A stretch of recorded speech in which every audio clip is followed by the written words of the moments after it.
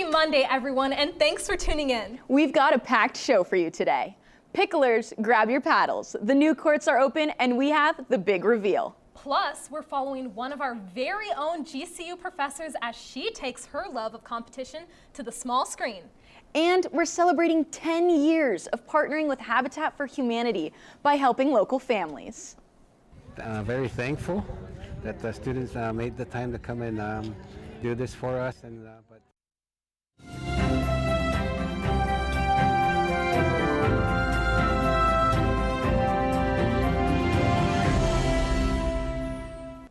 Welcome back to Lopes Lately, GCU's student-produced newscast that keeps you in the loop about what's happening on campus. I'm Kalkidan Meyers. And I'm Tatum Fox. Today we start with a frightening moment on campus over the weekend.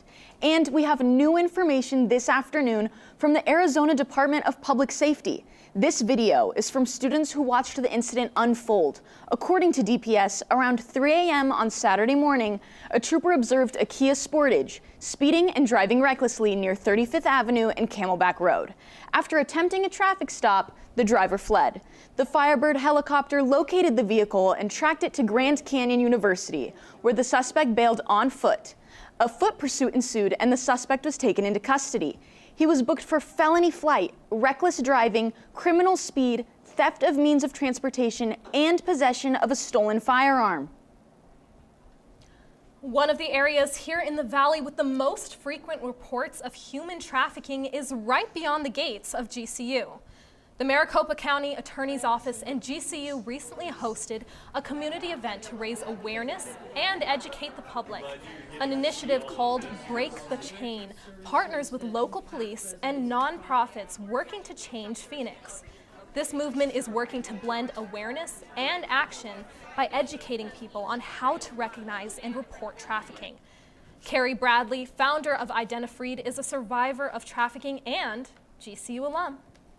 We can drive by it, see it, pray about it, but we're actually the solution. And I know that it was God that reached out to me and answered my cry, but we as the church are supposed to be his hands and feet. Organizers hope events like Break the Chain can help survivors find support as well as remind the community that change can start on your own street. For more information on how to help your community, visit maricopacountyattorney.org. The results are in. We now know who will be leading the Associated Students of GCU for the 2026-2027 school year. Your new president will be Judah Floyd and Vice President Gracie Zimbardi. We already are having conversations with different administration, different VPs, and we want the students to know that we're going to be fighting for them each and every day. When I'm standing here at the end of the school year, a successful term will look like students really feeling the impact of our work. Not just hearing about the things that we do, but directly feeling what we're doing and knowing that what we're doing is for them. For the second year in a row, GCU's next student body president and vice president ran unopposed. And while this may seem like an automatic win, they still needed to gather votes to seal the election, which they did last Friday. GCU Habitat for Humanity are collaborating and celebrating 10 years of partnerships and projects called Lopes Go Local. Over the weekend, reporter Phoebe Machakos went to one of the job sites to find out more. I got my hard hat on and we are ready to go. It is GCU Local Outreach and Habitat for Humanity's 10th year anniversary today. We are at the home of Junie and Brian, where local outreach students are giving it a full makeover. They're painting it, they're taping it, they got everything. So let's go, we're gonna check it out and see what they're doing. Habitat for Humanity started in 1976 and it's focused on addressing the issues of affordable housing. And so we started off 10 years ago doing these Lopes Go Local events, and during that time we've served more than 600 plus families working on that many homes across the little local area.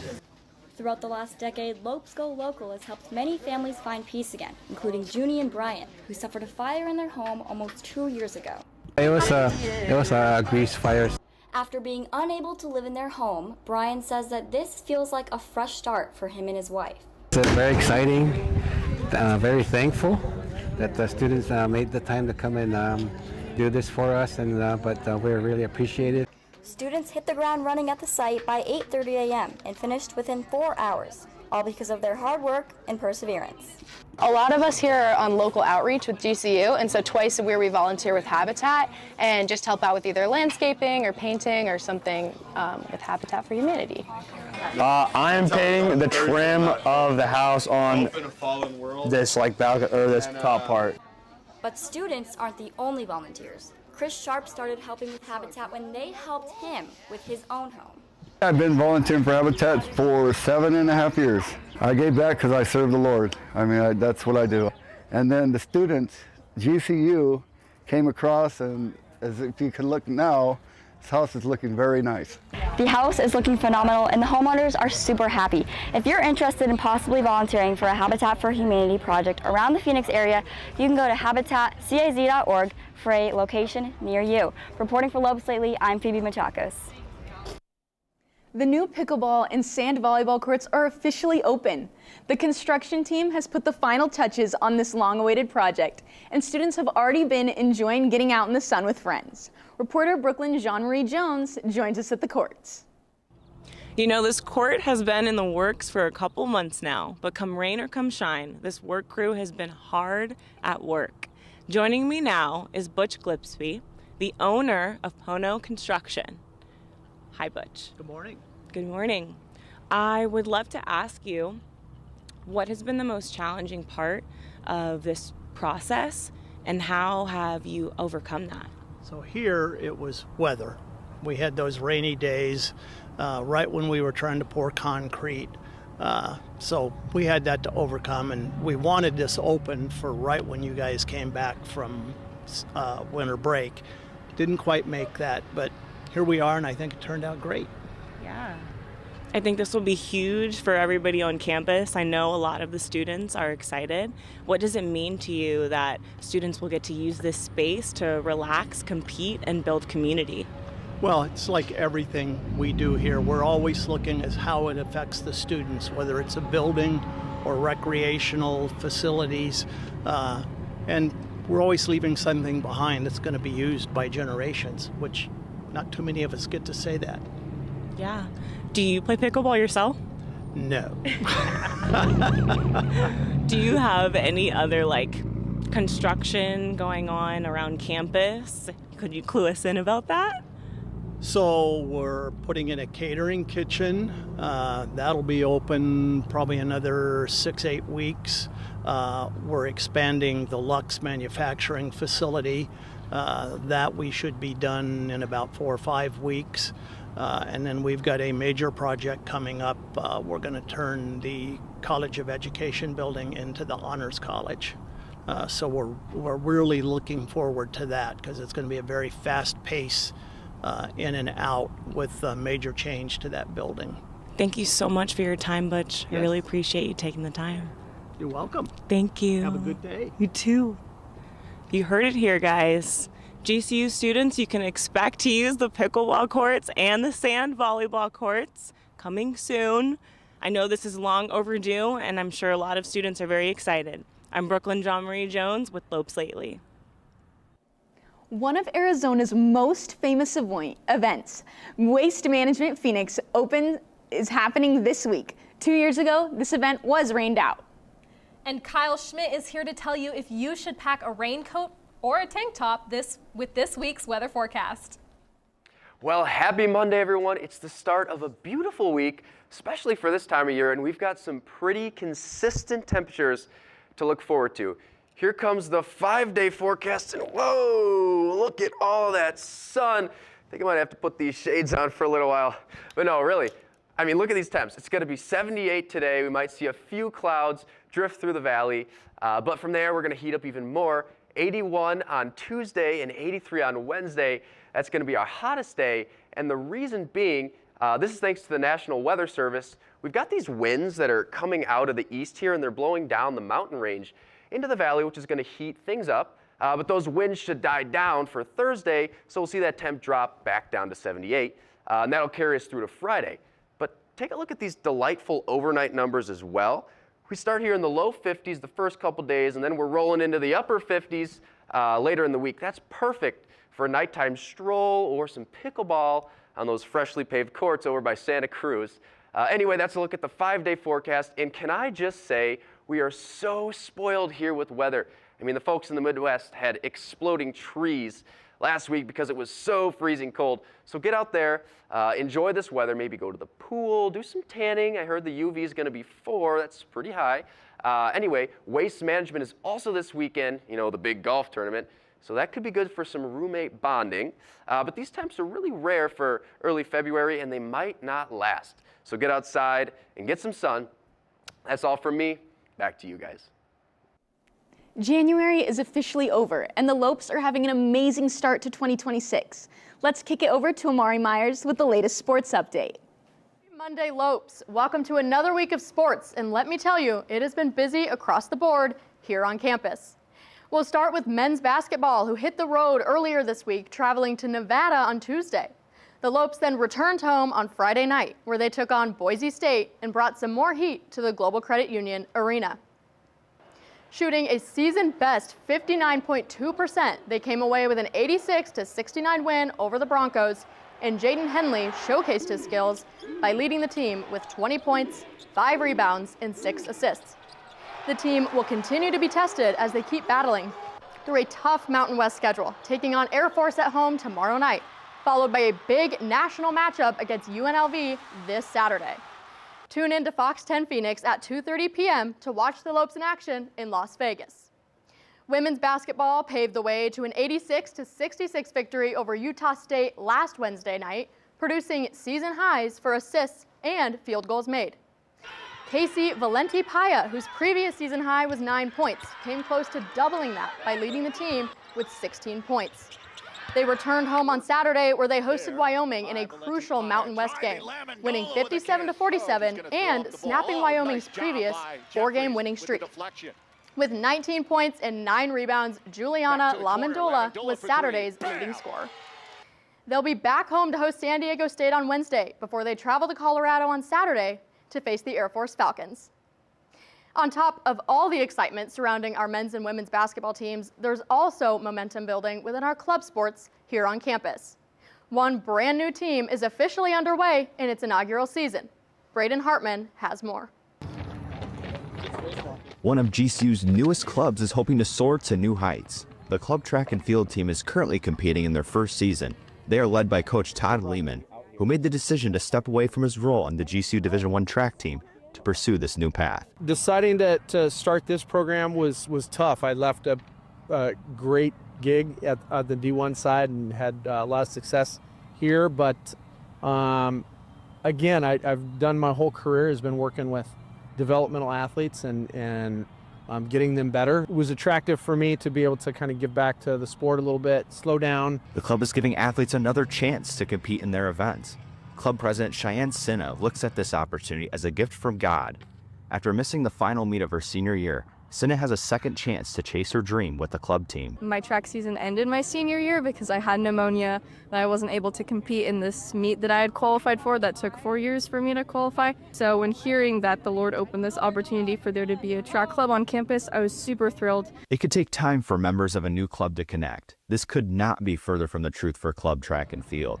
Vice President Ethan Malis says that the sense of family is what sticks out to him the most. I don't know, I feel like it continues that culture of high school almost, where it's super close-knit. We're all in it together and we all know each other. Everyone knows each other's name. It's one big family, like I said earlier. So they've been super supportive and just pushing me to do my best and encouraging me, and honestly the whole team along the way. So it's been super, super great, and I love this family. GCU club sports continue to allow students the opportunity to continue playing the sport they love. To learn more about the GCU club track team, visit their Instagram at GCUTF_club. I'm Braden Hartman with Lopes Lately. An exciting start for the club track and field team, and it's clear that they are making their mark here at GCU. Switching gears, softball has just been titled the Mountain West preseason favorite, and their opening day is approaching. 4 players were selected for the preseason All-Mountain West team, and Savannah Kirk was picked preseason Player of the Year for the 2nd year in a row, setting high expectations for what's ahead. They will open against Southern Utah this Friday at 4 p.m., followed by Weber State at 6:30. Saturday brings another doubleheader with Southern Utah at 1:15 and Santa Clara at 4. They're going to keep things rolling on Sunday, where they take on Santa Clara once again at 10 a.m. There are so many great things happening in the sports world here at GCU, which in turn brings tons of news to catch up on. To know more and to stay up to date on everything else going on, visit gculopes.com. I'm AMARI Meyers with Lopes Lately Sports. Intramural sports are a great way students can connect here on campus, and the teams are amazing. I've never personally played on a team here, though. Have you? I have, with a couple championships under my belt. A champion? All right, well, we might have to feature you and your team. We're introducing a new segment on today's show where we're featuring an intramural team of the week. And today's team is the women's basketball team, Ballers. Reporter Melody Hankins hit the court and has their story. Intramural season is just getting started, but the Ballers are already bringing the energy every time they step onto the court. For this week's Intramural Team of the Week, we're highlighting the Ballers, a women's 505 intramural team.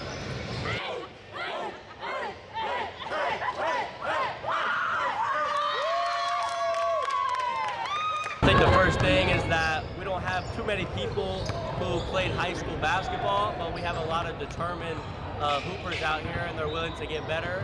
They're willing to put in the work and work together so that we can come out on a victory season. They call themselves the Ballers, a group of friends who came together to compete.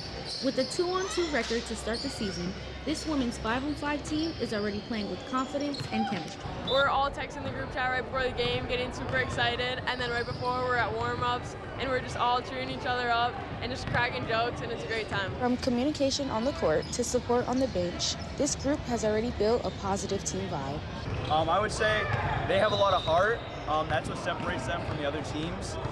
They didn't come, same thing as he said, they didn't come from playing basketball, but they have heart in their athletes, so they get it done. With plenty of season left, the Ballers are making sure they're keeping the chemistry on the court and making the game fun. If you'd like to check them out, they play every Monday and Wednesdays in the CAC. I'm Melody Hankins with Lopes Lately.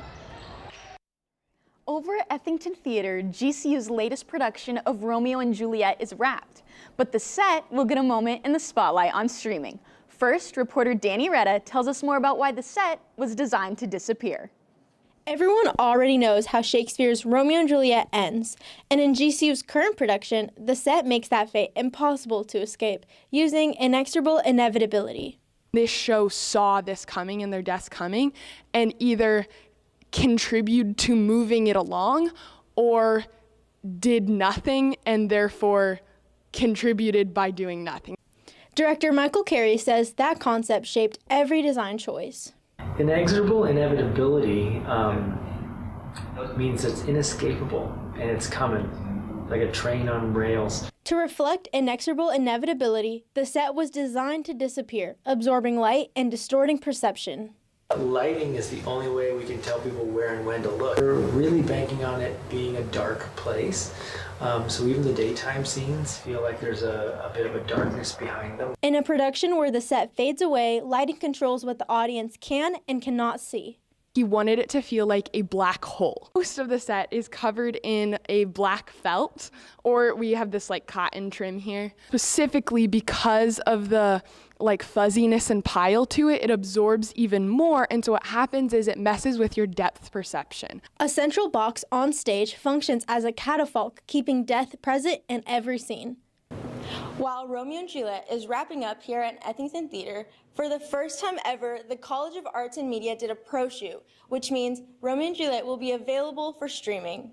Of course, we'll let you know when that's available. For Lopes Lately, I'm Danny Retta. One GCU professor's competitive spirit is making her famous. Communications instructor Karmini Narayanan is back from an exciting trip to London where she filmed the game show Scrabble. Bridget Rawlings has her story. GCU professor Karmini has appeared on game show Wheel of Fortune and now Scrabble. She's also a consistent radio contest winner. I got the chance to speak with her about her experiences. Growing up in Malaysia, I used to watch Wheel of Fortune and play Scrabble with my dad. So it was kind of instilled in me from a young time. So when I saw that Wheel of Fortune, this was 2 years ago, Wheel of Fortune was accepting applications, I sent in my application for that. And that was in California. So I did that, won some money, had a great experience, and then I said, you know what, I want to do more of this. So I began looking, and that's how I found Scrabble. But I guess my primary thing is radio contests. That's what I like to do. I take part in radio contests all the time. And I've won tons of stuff: movie tickets, concert tickets, Vespa at one time, money. Yeah. So it all started with a radio contest, and then it moved to TV. So now I'm at the TV stage, hoping to find more games. For me, it's all the thrill. I've always enjoyed the thrill of trying to get through. And sometimes I win the stuff not knowing what I'm playing for. As I said, it's just the adrenaline, just to be the one to win. And then I would give away the prizes. At one time, I won like $200 worth of gas vouchers. So I gave this away to my friends, things like that. Professor Karmini says she plans on entering more radio contests and looking for more opportunities for game shows. Reporting for Lopes Lately, I'm Bridget Rawlings. There's been a lot of cold weather across the states lately. How cold is it where you're from? Well, I'm from the Pacific Northwest, so it's always brutal. I can imagine. I'm from Idaho. We didn't get it too cold, but it was cold. So let's hear what the weather is like in your hometowns. I mean, the cold fronts, like my hometown, the weather in my hometown, it's been pretty tropical right now, I'd say. A lot of rain, for sure, but just mostly sunshine. I'm from Washington, and it's currently raining. I think it's cold, maybe like 40s. The weather has been pretty bad, but at least I'm not there, so I don't really have to deal with it. But there's a lot of snow, a lot of ice, a lot of car crashes, all sorts of stuff going on. The weather in my town is pretty good. I'm from California, so the weather's like probably in the 60s right now. I'm from Houston, so it's really icy right now and like just super humid. Well, my hometown is Queen Creek, Arizona, so the weather is pretty much the same as it is here in Phoenix, which is cloudless and sunny. Really cold, we got like 12 inches of snow, and I mean, school was canceled, I think like the last 3 days, so it's chilly, man. Oh my gosh, let me check. Right now, in my hometown, it is 34 degrees and it's mostly cloudy, and there's about a foot of snow at my house. Snowy, like 33. 20 below zero. It's been snowing. If you like the stories you see on Lopes Lately, be sure to follow us on Instagram or for fun behind-the-scenes looks on TikTok. And you can find both accounts under GCU FBC. And if you have a story you would like to have featured on our show, make sure to send us a DM. Thank you so much for joining. We'll see you next time. I'm Tatum Fox. And I'm Kalkidan Meyers. And this is Lopes Lately.